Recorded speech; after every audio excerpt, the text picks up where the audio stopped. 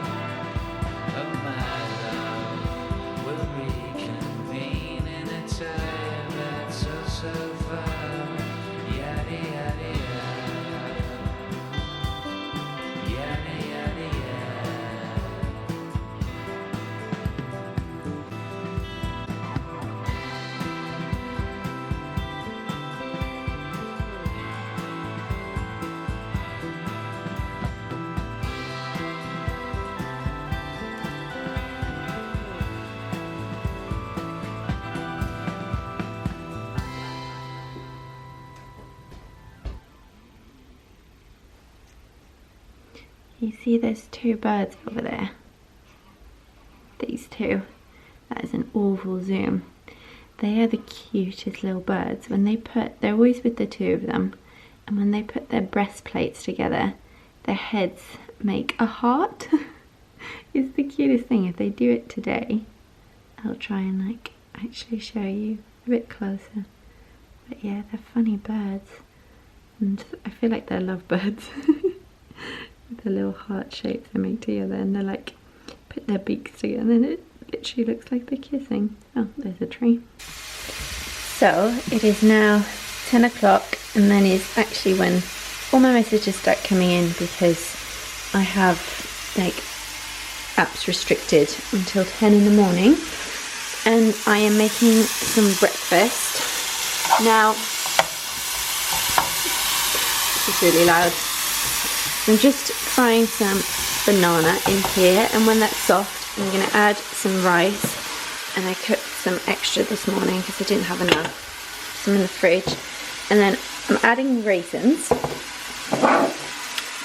a soy sauce called ketchup anise, or asin I should say. It's like an Indonesian soy sauce, and then sambal bajak, which also is an Indonesian chili sauce. Then I'll do a little dash of cinnamon, some turmeric, and some cumin seed. And that's my breakfast.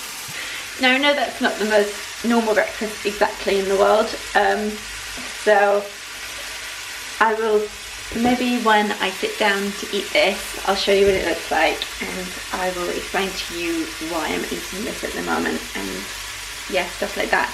So this is what it looks like all added together. Sometimes I do add some ginger as well, but I didn't really fancy it today. And then I just fry it up until it's like the soy sauce is kind of evaporated.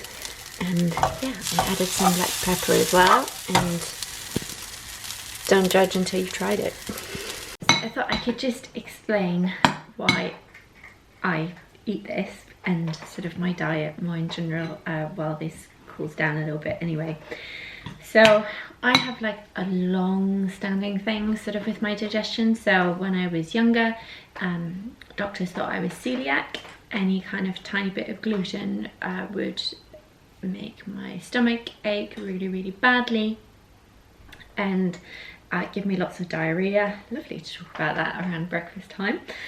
But so yeah, basically I ate gluten-free until I was about 8 years old, and then because it was never actually established that I was celiac, the doctors told my parents, like, just every now and again try and give her like a little tiny bit and see if it works. So My mum did that again when I was around 8 years old, and it turned out I was fine. I started eating, everything was good. Up until I was 8, I also ate dairy free. So I would eat eggs, but especially cow's milk didn't agree with me very well.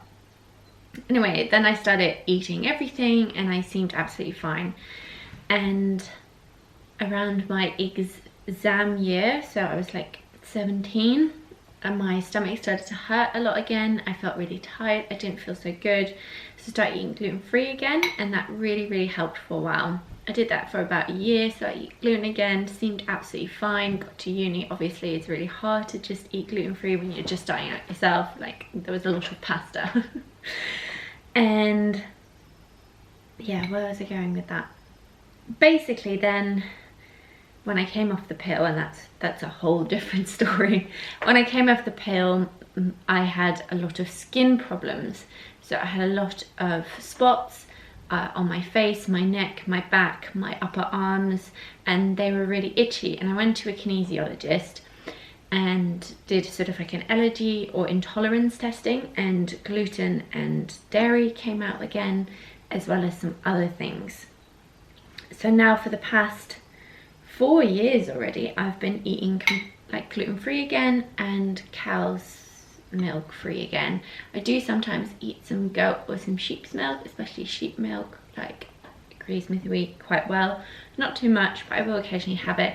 Same with gluten, to be honest, like occasionally I will have it, because I just don't believe that it's, or at least for me, it's not healthy to be like, I'm never eating this, because it just gets me in an obsessive mood with food, and I don't need to go there, I don't need to be there. Like, I get to choose what I eat, and if I eat things like gluten, yes, I can choose to eat that, but that means I will live with the consequences. Obviously, when you're celiac, you can't really do that because it makes you so severely ill, and if you do that frequently enough, you will, for example, increase your chances of cancer, so you don't want to be doing that. But because I'm not celiac, I just have an intolerance, if I'm happy to live with the consequences, then I can eat it. So I'm just going to show you this. I was talking about earlier. These birds are the cutest. Let me zoom in.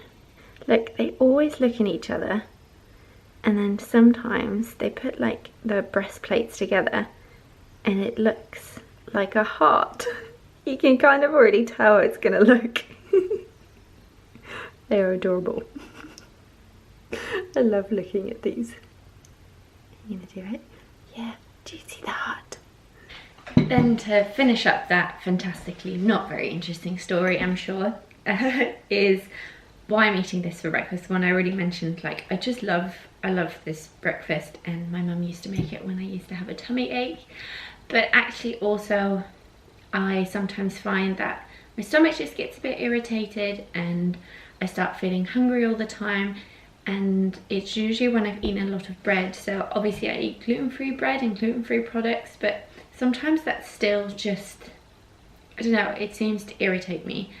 And then, so I've been trying to, this week I've just was like, why don't I just not eat any like bread products? I eat lots of rice, like potatoes, you know, everything. Like yesterday I made, so my parents lived in China for a while, and they used to have these amazing like street food pancakes that they make, and I make mine with chickpea flour, really nice, just stuff like that. And I find that kind of my hunger starts to go, like, not that, how do I say this, I feel like food is such a sensitive topic, because you should eat when you're hungry, but you know when you're just insatisfiably hungry, when you've eaten and 10 minutes later you feel hungry again, when you know you've had a big meal and you've eaten probably over 100% anyway. It's that kind of thing, and I feel like when I eat this, that just goes, my digestion's a lot better, so it's really lovely. I'm gonna enjoy this. I had breakfast and the sun has decided to make an appearance. Oh, it's looking dark over there. Let's look this way. I love spring when it feels like this. It's so much nicer. So it's just some mint trying to survive here in between everything else. And then, I mean, this isn't exactly thriving either, but this is just sad. And I think it might be in need of some water, or it just died. Just dip it in the water. Of course it didn't freeze at all once, basically, all winter. And then, yeah, it didn't freeze like once all winter, and then March came, and like the end of March came, and the weather was like, why don't we do some -6 for you? So I was not prepared, and that happened. I just got dressed and I feel like a sailor, especially now all I need is my boat. Well, I'm on a boat, there you are, so just means, you know, my outfit makes sense rather than that it's ridiculous. And I even, like, I'm not wearing boat shoes, but they could be boat shoes. Never mind. So I don't have any internet here, or any Wi-Fi I should say, because there wouldn't be a very good connection. I live on a houseboat, by the way, and otherwise that previous clip probably made no sense. I'm like, I'm not actually on a boat, well, I'm on like a floating bungalow, also referred to as a friend by Flungabalow, but that is a whole different story. So I can move because I am floating, but I'm completely built in. Someone would need to pull me, well obviously not me, but the boat. But yes, I can't really get any internet here, so I completely hotspot off my phone, and it's about this time of the month where it gets a bit questionable. So about 2 weeks is really nice and doable. Probably if you're used to really fast internet, you're probably like, oh my god, it's so slow. But for me, it's like, oh yeah, this is nice, this is good. And then the next 2 weeks, it just gets progressively worse until you're there sitting for a couple of minutes being like, I have to wait. But yeah, I basically just, I hotspot everything. And it works. And, you know, it probably should motivate me to be on the internet less. Not sure it always does that. So as we are in quarantine today, it's just a home day, so I've just noted some stuff off of my to-do list. It's, what's the time? It is 1 o'clock ish, so I'm gonna go and I'm gonna make some lunch. My dream one day is to only have Tupperware like this. That would be the dream. But for now, some dinner yesterday, gluten-free gnocchis, and then I made some homemade pesto with just lots of basil, pine nuts, olive oil, and then garlic and some lemon, or lime I used actually, which was really good. And then I fried some leek, some shallots and tomatoes, and it ended up looking like this, which isn't a meal I usually have, but it was really tasty and I was going to fancy it. So I just thought I would have a little chat. I don't really know where to start this because, well, I mean, it doesn't even make that much sense in my head, so how are you going to communicate that sensibly? But basically I just wanted to like chat about why am I filming this and what's the idea behind it. And the short answer is that I just don't have an idea, and I ask myself this a lot. So for the past year I've continuously been thinking like, oh, I could create something, maybe I'll film something, maybe I'll do something, and it's something that keeps coming up. And I can't tell you how many clips I filmed over the past year that I just stored on my computer that I just haven't used and haven't done anything with. And I started with creating a video about the planner that I made, and then I went on and did some stuff about menstrual cycle awareness, which I'm so incredibly passionate about. And then I kept coming back to this idea of creating a vlog, which even as I say it, like, I fully respect people that do this, but saying it for myself I feel ridiculous. I'm like, why me? And even, you know, filming this today, like, I'm enjoying doing it, but I am constantly wondering, what am I doing this for? No one's gonna watch this. Do I even want people to watch this? Would it even be interesting to watch? And all these things keep coming up, and I guess I just wanted to put in here, as I do actually have the plan of putting this up now for once. It's just to be honest about that, and to say that I don't really have a plan, and I don't really know why I'm doing this or what I'm doing this for. But I think rather than continuously trying to figure out, which is what I've done previously, it's like, well, why would I want to do this? What's my goal? What's my aim? Rather than overthinking it or thinking someone needs to watch this, and then do I want people to watch this, and all these different things, it's just trying to go with the call that I feel, if that makes sense. So like I just feel like I want to create this, and I have no idea for what purpose yet. But I'm just gonna go with it. So I don't know why I want to do this. I don't know for what purpose. I don't know who for. Where's it going to lead to? But I feel the call. So here I am doing it, not being entirely sure about why I'm doing it. And I don't know, I think I've definitely, like, if I look back over the last sort of 5 years especially, some things I've just done because I felt like doing it, and I didn't really know why I was doing it, or I didn't have like a greater purpose or a bigger goal. I was just like following my nose. I had a conversation with a great friend about this the other day, and I was like, I'm just going to start following my nose. And I was like, that is fantastic, because in hindsight, now that I look back, there's things that I did because I was just simply interested in them, or I read that book and then I pursued this, and it sort of all came together to eventually culminate into something bigger. But I never went and sat down when I did that very first thing to think, I want to go and do that bigger thing. That's why I'm doing this. I just went and did it because that's what I felt like doing at the time. And I guess this is me going, that is what I'm doing here. I don't know why, I don't know where I'm going with this, but I feel like I want to do it. And hopefully one day, you know, somehow it will be a puzzle piece in something. And even if it's not, that's okay. Maybe I learned some skills, and maybe I found something out about myself, etc. That will, I don't know, anything you do in life is gonna help you get to a certain place, isn't it? So that's my little ramble spiel about why I am making this video. And I don't know if you're watching this, which I doubt anyone will, but say you're the one. Hi, it's really nice. Please let me know if you've watched this.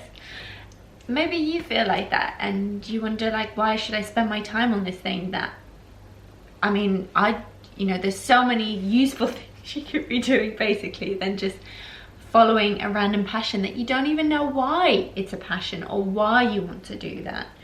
And maybe you even feel embarrassed about doing it. You know, maybe you listening to this, that's you as well. Maybe you can just follow your nose a little bit as well and see where you end up. It is about 8:30 right now. I did some project work this afternoon for like BU stuff, and then I just kind of wasted a lot of time, to be honest. Yeah, I don't know about anything else, but sometimes this quarantine stuff is hard.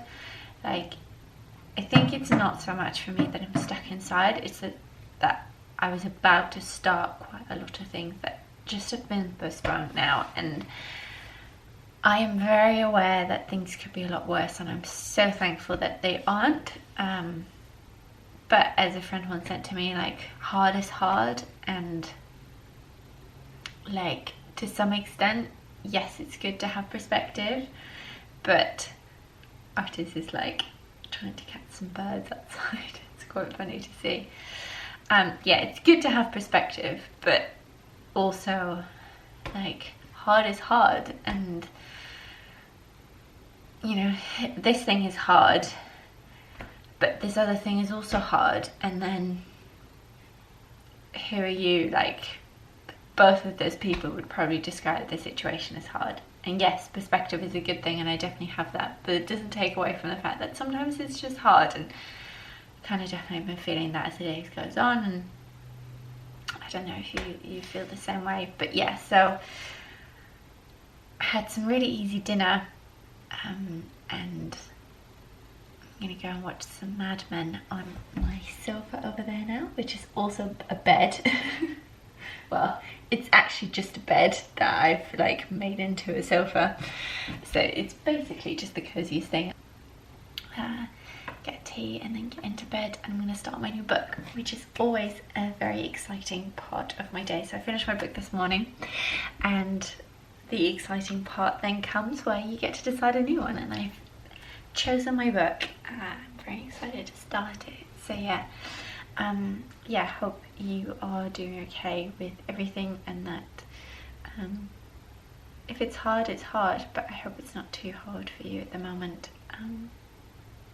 Yeah, sleep well.